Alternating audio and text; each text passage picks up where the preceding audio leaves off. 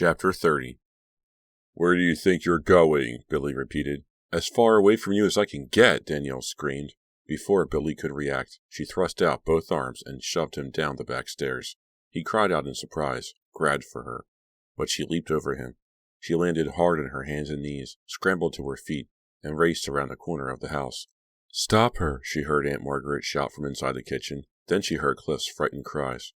Would Aunt Margaret hurt Cliff? No, Danielle told herself. The werewolves aren't after Cliff, she told herself. They want a bride for Billy, a bride for the werewolf.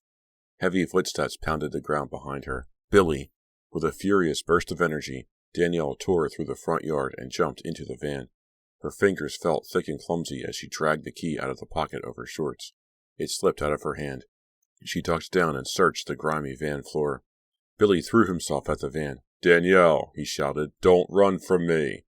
She found the key and jammed it into the ignition. Billy clawed at the driver's window. "Danielle, open the door," he yelled. "Don't run. You can't escape. You can't win." "Oh, yes I can," Danielle thought angrily. She pumped the gas and turned the key. Billy's fingers scrabbled at the window. "Get away!" Danielle screamed. The engine roared. She slid the van into gear and peeled away from the curb. In the rearview mirror, she watched Billy chasing after her. Danielle floored the gas pedal and tore down Fear Street. The van swung wildly, and the tires squealed as she steered it around the corner and onto the mill road. Billy was no longer in sight. "I'm safe," she thought, "at least for now." Danielle let up slightly on the gas. She needed to think. "Where can I go? Who will help me? I could go to the police station, but if they don't believe me, they'll take me home to Aunt Margaret. I'd never escape again. Who can I trust? Who will help me?" As she sped north on the mill road, a face flashed into her mind. Dr. Moore. He said he could call on him any time, day or night, if she needed help. Well, she really needed help now. Danielle wheeled the van around and roared toward Shadyside's business district. The stores and offices stood empty and dark. Moonlight washed over the darkened buildings. The bad moonlight. It changed Billy and the others into werewolves, Danielle knew, and it almost made me one of them. But how? She had been outside under the moon hundreds of times in her life, and she had never felt strange or violent until she joined the band. Billy must have some kind of special power, Danielle decided. The street suddenly darkened. Glancing out through the windshield, Danielle watched another bank of clouds rolling across the sky toward town. Good, she thought. Maybe the clouds will block out the moon until Dr. Moore and I figure out what to do. Dr. Moore's big Victorian house came into view. "Be home, please be home," Danielle prayed desperately. She brought the van to a screeching halt and jumped to the ground. Gravel dug painfully into her bare feet as she ran across the parking lot. "Dr. Moore!" Danielle pounded on the door with both fists. "Please, it's an emergency. I need help. I'm in danger. Open up!" The old house remained silent and dark. Danielle fumbled for the doorbell and jabbed her finger against it over and over. She heard it buzzing inside. She kept one hand on the button and pounded on the door with the other. At last, the outside light flashed on. A chain rattled, a lock clicked, and the door swung open. Dr. Moore stared out at her, blinking with surprise. He wore rumpled pants and a loose-fitting sweatshirt. His fringe of gray hair lay matted to his head. "Thank goodness," Danielle gasped, pushing her way inside. "I was afraid you were gone." "I fell asleep on the couch, reading," Dr. Moore explained, rubbing his hand over his face. "What is it, Danielle? What has happened?" Danielle slammed the door. "I don't think Billy will figure out that I came here," she said in a frightened whisper. She turned the lock and slid the chain into place. "But I can't be sure, Dr. Moore. He's got some kind of power." The doctor's eyes widened in confusion. "What are you saying? Are you being chased?" he asked, studying her face. His expression changed. "You're hurt, Danielle. Your face is scratched and bruised. Come into the office and let me take a better look." "I'm all right," Danielle insisted as the doctor ushered her into his office. "The scratches don't matter. Please, I'm in danger, and so are you, if he finds out I'm here." "Stay calm," Dr. Moore urged softly. "You can explain it all to me in a moment. First, let me make sure all the doors and windows are locked." She watched him hurry out of the office. "At least I'm safe for now," she thought, breathing a little easier. "But what can we do? What can he and I do against a pack of werewolves?" The doctor returned a few seconds later. "Everything's locked," he told her, shutting the door behind him, "and the alarm system is on. No one can get in." "They'll find a way," Danielle replied. "You don't know them. Even if they don't, we can't stay in here forever, and they'll be waiting for us when we come out." "Danielle." Dr. Moore's forehead wrinkled in concern. "Try to calm down and tell me what happened." I can't calm down, Danielle cried, pacing the office again. You don't understand, Dr. Moore. You don't know. No, I don't, the doctor answered gently. You have to tell me, Danielle. They're werewolves, she burst out. I know it sounds crazy, but it's true. Billy and Caroline and Mary Beth, they're all werewolves. Aunt Margaret, too, except she isn't my real aunt. She's... Dr. Moore held up his hand. You've lost me. I'm sorry. Please. Take a deep breath, Danielle. Start at the beginning. Danielle forced herself to stand still. She took a deep, shaky breath, crossed her arms over her chest, and began to talk. She told him everything, trying to keep it all straight. She kept her voice as calm as she could so he wouldn't think she was crazy. Dr. Moore listened without moving, without blinking. When she finished her story, he strode to the small refrigerator in the corner and pulled out a carton of orange juice. Drink some of this, he instructed, handing it to her. You're in shock. No, I'm not, Danielle declared angrily. You've got to believe me. I'm not making any of this up. I'm not. Did I say you were? He replied. You're burning up too much energy too quickly. Your body needs the sugar. Or if you like, I can give you an injection to help you calm down. No. Danielle grabbed the carton and tilted it to her mouth. I have to stay alert. The doctor nodded calmly. That's fine. I want to help you, Danielle. But won't you at least sit down? You need to rest. Danielle shook her head. Billy might figure out that I came here, she said. So we need to think of some way to trap them. A trap? Yes. Danielle drank some more orange juice. It'll have to be inside. If they're out under the moonlight, they'll change into wolves, and then we won't stand a chance. Yes, I see. You do? Danielle asked. Then you believe me? The doctor nodded solemnly. I believe you. Thank goodness. Danielle finished the juice. She felt better, stronger. Okay, so let's figure out how we're going to trap them. A knock on the door made Danielle drop the juice carton. The orange juice puddled around her feet. Dad, a voice called. Where is she? Is she in there with you? Danielle recognized the voice at once. Kit. Danielle's heart raced. Kit was alive. Yes, Kit. Your bride is waiting for you in here, the doctor answered. He pulled open the office door. How did you let her get away? Chapter 31. Kit stalked into the office. Thanks, Dad, he said solemnly. His expression brightened as he turned to Danielle. Here you are, he exclaimed. Danielle could almost feel the blood draining from her face. I had it all wrong, she realized. I made the wrong choice. It's not Billy. It's Kit. They want me to be Kit's bride. I don't understand how you could have let such a thing happen, Kit, Dr. Moore said, shaking his head. You're very lucky that she came to me, or she might have gotten away. Sorry, Dad. It couldn't be helped. Kit grinned at Danielle. But she's here now, so everything's okay. No, Danielle whispered hoarsely. She backed behind the desk as Kit started for her. Don't come near me. Danielle, listen, Kit began. Dr. Moore cut him off. Leave her alone for a few moments, Kit, he ordered. After all, she's had her share of shocks tonight. Give her a chance to calm down. Kit nodded. No problem, he murmured. He sat down in a deep armchair in front of the desk. How did you get away from Billy and the others? Danielle cried. Kit shrugged. Simple. As soon as you took off in the van, I let the moonlight do its work. Billy and the others are no match for me. You're one of them, Danielle said numbly. All along, you've been one of them. She turned to Dr. Moore. And you're Kit's father, so you're one of them too. The doctor nodded gravely. But I'm not just one of them, Danielle, Kit told her. He leaned forward in his chair. I'm the pack leader. I thought Billy. Billy. Kit waved his hand as if swatting away a fly. Billy does what I tell him to. Know why I made him band manager? To keep you from guessing the truth about me. But he and Caroline and Mary Beth, they are all under my control. And you will be soon, Dr. Moore told Danielle quietly. Danielle shook her head furiously. You're both crazy. It's not going to happen. You might think you can control me, but I won't let you. You don't have any choice, Kit told her. My son is right, Dr. Moore agreed. But there's no reason to panic. You are already being controlled. Huh? What are you talking about? Danielle cried. Your therapy, Kit said. Your visits with my father. Danielle stared at the doctor. It's really very simple, Dr. Moore told her. I haven't been treating you at all. While you were hypnotized, I gave you suggestions, planted ideas in your head that would make you fall under the spell of the moonlight. You need moonlight to change, Kit told her. But it isn't enough. You have to want to change too. At least at first. So Dad gave you the desire. Hypnosis is such a wonderful thing, the doctor chuckled. I even planted your songs in your mind, Danielle. The songs, Danielle thought. Weird songs about killing and howling and clawing and dying. Now she understood why she'd been writing that stuff. See, Danielle, Kit said. The control was already happening. It's been happening for almost 3 years. You're lying, Danielle shouted. I didn't even know you 3 years ago. But I knew you, Kit told her. Maybe you don't remember. 3 years ago you went to a rock concert in the park. A bunch of bands performed. Danielle did remember that concert. Not because of the music, though.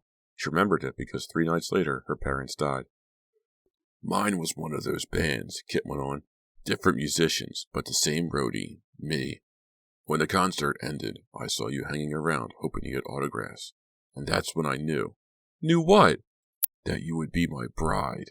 Kit's pale blue eyes gleamed. Wolf eyes, Danielle thought. Danielle shuddered. How could I have ever thought his eyes were beautiful, she asked herself. They're so cold, so dead.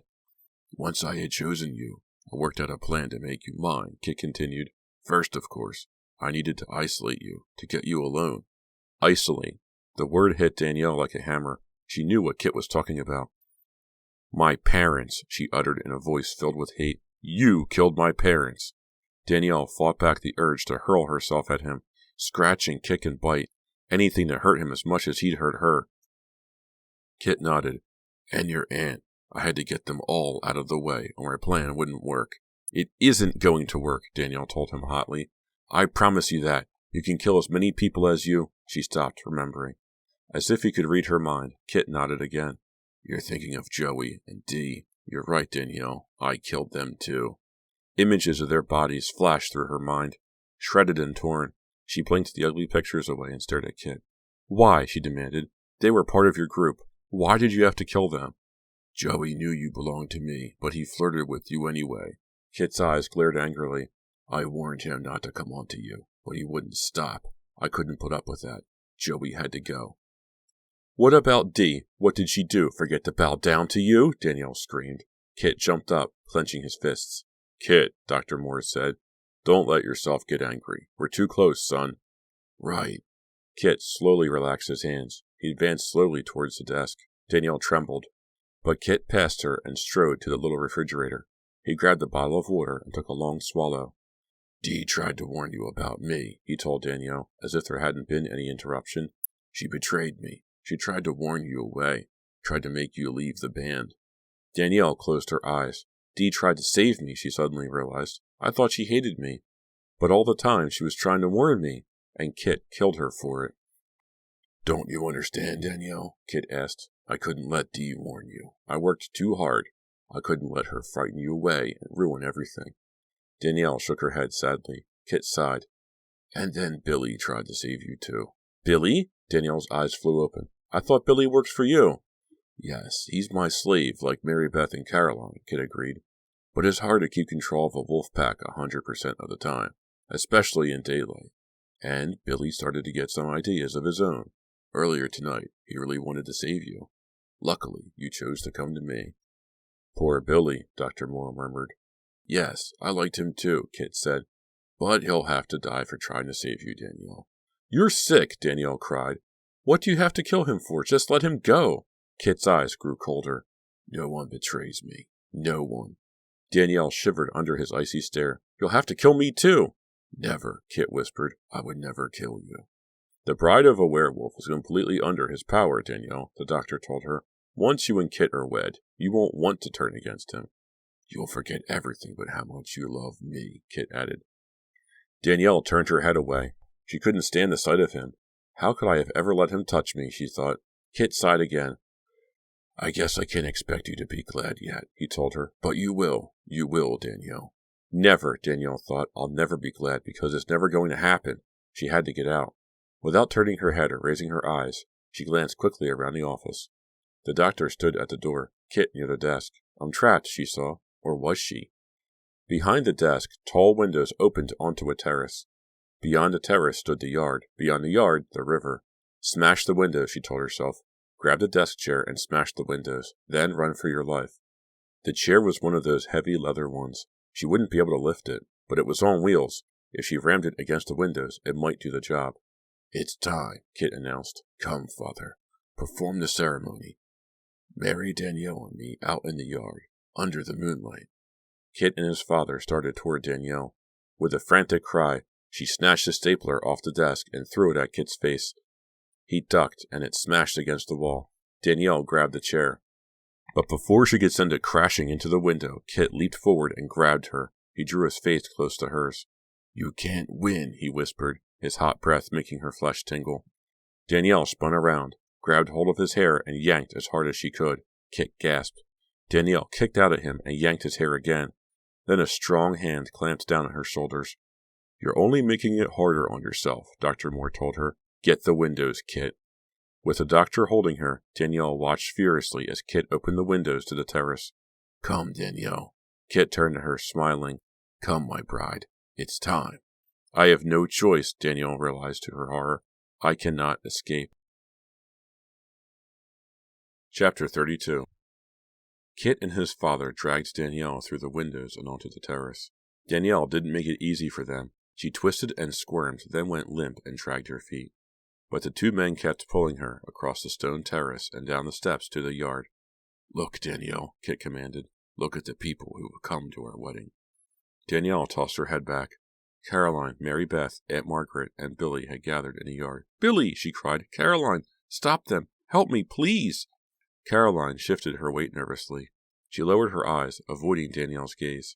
"Billy, help me!" Danielle pleaded. Billy stared back at her. The defeated expression on his face made Danielle gasp. "He's going to kill you, Billy. Did you know that?" she shouted. "Kit's going to kill you because you had the nerve to go against him. Are you just going to stand there?" "I don't believe you," Billy responded dully. "My master would never do that." "You see, Danielle," Kit whispered in her ear. "They are members of my pack. They trust me to do what is right for them." Danielle glared angrily at the wedding party. Caroline still wouldn't meet her eyes. Mary Beth appeared dull and robotic. Aunt Margaret smiled happily at Dr. Moore. "You should see yourselves," Danielle screamed. "You're pathetic, ridiculous. How can you let Kit control your lives?" "Insulting them won't work," Dr. Moore told her. "Nothing will work, Danielle." Danielle glared at him, but she knew he was right. Nothing would work. She was trapped. The doctor clapped his hands like a master of ceremonies. "Let us begin," he called. The group in the yard formed a loose circle around Kit and Danielle. She had never felt so alone. Kit took Danielle's hand. "Before my father marries us, I want you to sing, Danielle." She stared at him, unbelieving. "You've got to be!" Danielle broke off. "Go ahead and sing," she told herself. "Anything to buy some time. Time to think of a way out." "What song do you want?" she asked Kit. "Bad Moonlight," Kit laughed softly. "I think of it as our song." He squeezed her hand.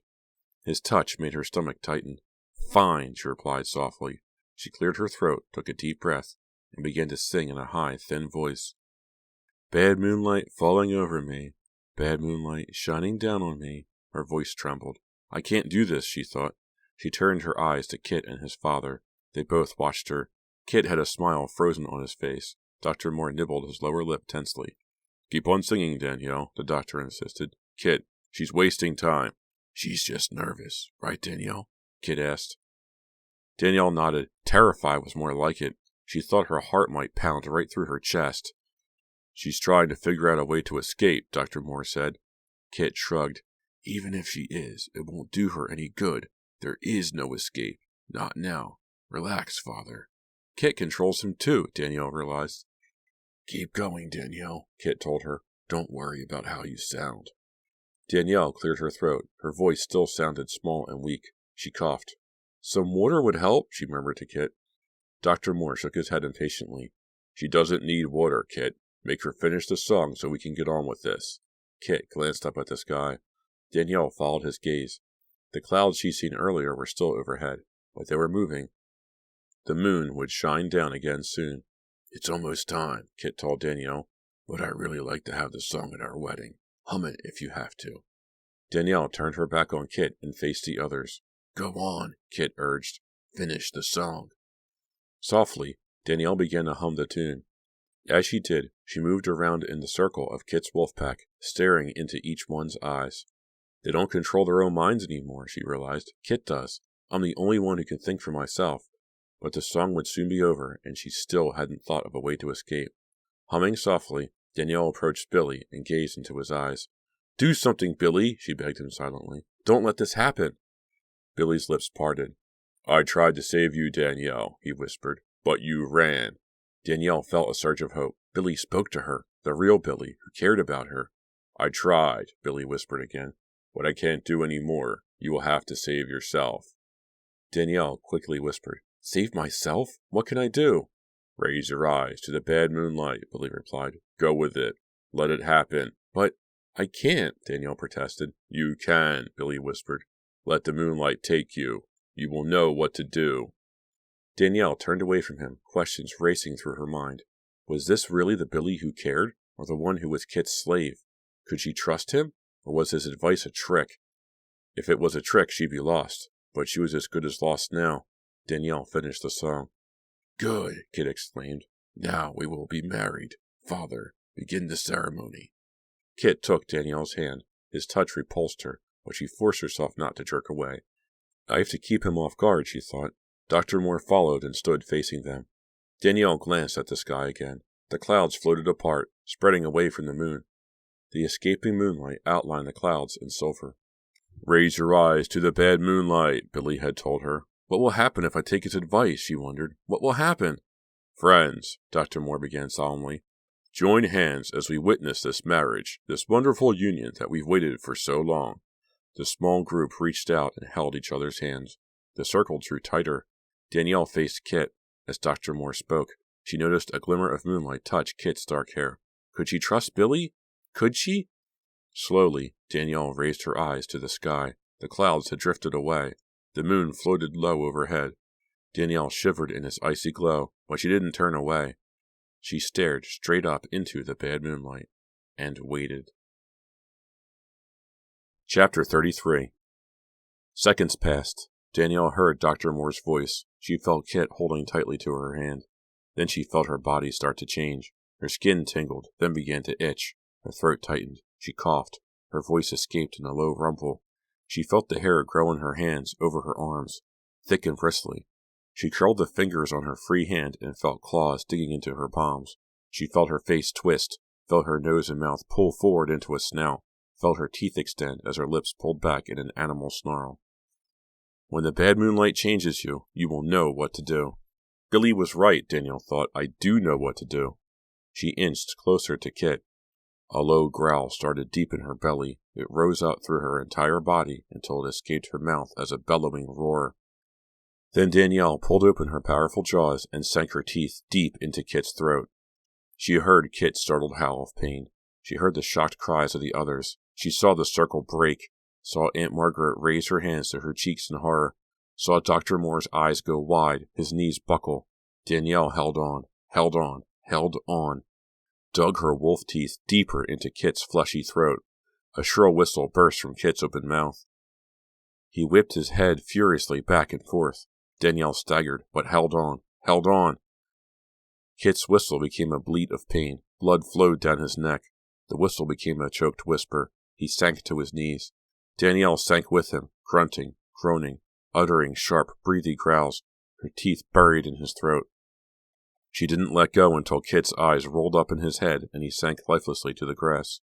She heard the cries of the others, but turned her eyes to the moon, to the pale white moonlight, the bad moonlight, sinking once again behind the clouds, the light fading, fading. Danielle's body tingled and ached as she returned to human form. She shut her eyes tightly and waited for the painful feeling to stop. She opened her eyes in time to see Dr. Moore fall to his knees. His entire body began to quiver and shake, harder, harder, as if trapped in his own personal earthquake. His arms flew up as his body shook even harder, and then parts of him began flying off. His body is shaking apart, Danielle realized, gaping in horror. Dr. Moore's arms flew off his shoulders, his ears flew away from his quivering head, and then his head flew apart. Danielle covered her mouth as it splattered on the ground. Danielle spun away, saw the woman who had been Aunt Margaret shake apart too, saw Kit's body shake and fly apart, heads and arms, hands and feet strewn over the grass. Oh no. Were those sickened moans coming from her own throat? And then Billy, Caroline, and Mary Beth came rushing up to surround her. Billy's eyes glistened with admiration. You did it, Danielle. You set us free. You've released us, Caroline cried happily. She threw her arms around Danielle and hugged her. Thank you, Danielle. Thank you. Kit used the bad moonlight to hold us prisoner, Mary Beth explained. We weren't strong enough to break free. Her green eyes burned with gratitude. Thank you, Danielle. You broke his spell. We've got our lives back now. They swarmed around Danielle, smothering her in joyful hugs. After many tears and cheers of celebration, Danielle managed to break away from her happy friends. She ran into the house and called home. Cliff was fine. He didn't know that anything was wrong. He was angry that she'd awakened him. Danielle felt a strong wave of affection for her brother. They were orphans now. She'd have to fight to keep them together, but she'd faced off with a werewolf, and won. Now she could face anything. After telling her brother she'd be home soon, Danielle returned to the others. Caroline and Mary Beth had flopped down on the terrace steps and were gazing up at the sky. They stared at the moon as if seeing it for the first time. The white light washed over them, cleansing and pure. Billy wrapped his arm tenderly around Danielle's shoulders. We don't have to dread the moonlight any more, he confided, thanks to you. Danielle leaned against him. I don't care if I never see the moon again, she said, sighing. Know what I'm looking forward to? What? Billy asked. Danielle grinned up at him. Some bright sunlight. This has been a Nightfall Audiobooks production of Bad Moonlight by R.L. Stine, a Fear Street Super Chiller, Book 8. Well, that's Bad Moonlight. How about that ending? Everybody sort of blows up. So Aunt Margaret isn't really Aunt Margaret. It's just some woman that was working with Dr. Moore and Kit. And once Kit dies, Dr. Moore and her explode. Or something. It's kind of weird. Well, at least Billy, Mary Beth, and Caroline all got their lives back, so that's nice. I remember this being one of my favorites when I was a kid. It's a werewolf book. I didn't have too many werewolf books back then. I don't remember what else I had, if I had any at all. It was still a fun read. It took until the very, very end for something to happen. I thought you were going to see more of Danielle being a werewolf, but you don't. She's a werewolf for like 4 pages, and then that's the end of it all. Nice build-up. Good story plot. I don't know. I don't have a whole lot left to say about this. If I were to rate this book, I'd recommend it. It's a good Fear Street Super Chiller. It's a good Super Chiller in general. Lots of good descriptions. It takes a little bit longer to get moving. It's 195 pages. The average Fear Street book's 140. Let's see here. Like the Cataluna Chronicles Book 1 is 151 pages. And that took like 2 hours to record, I think. It's a very, very fast book. Bad Moonlight's going to be very long.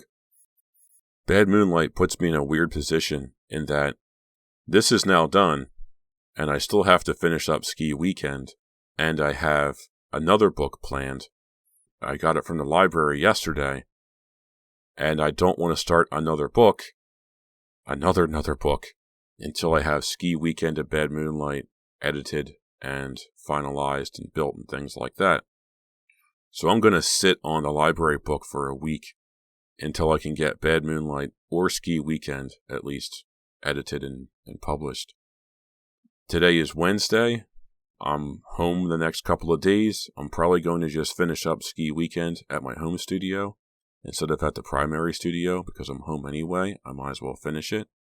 A studio update. My studio is about as complete as it's going to get. I have some small improvements. I want to install a bookshelf to put my books in. I want to do a studio tour and show you guys where I work. That's about it. This was a good book. I liked it.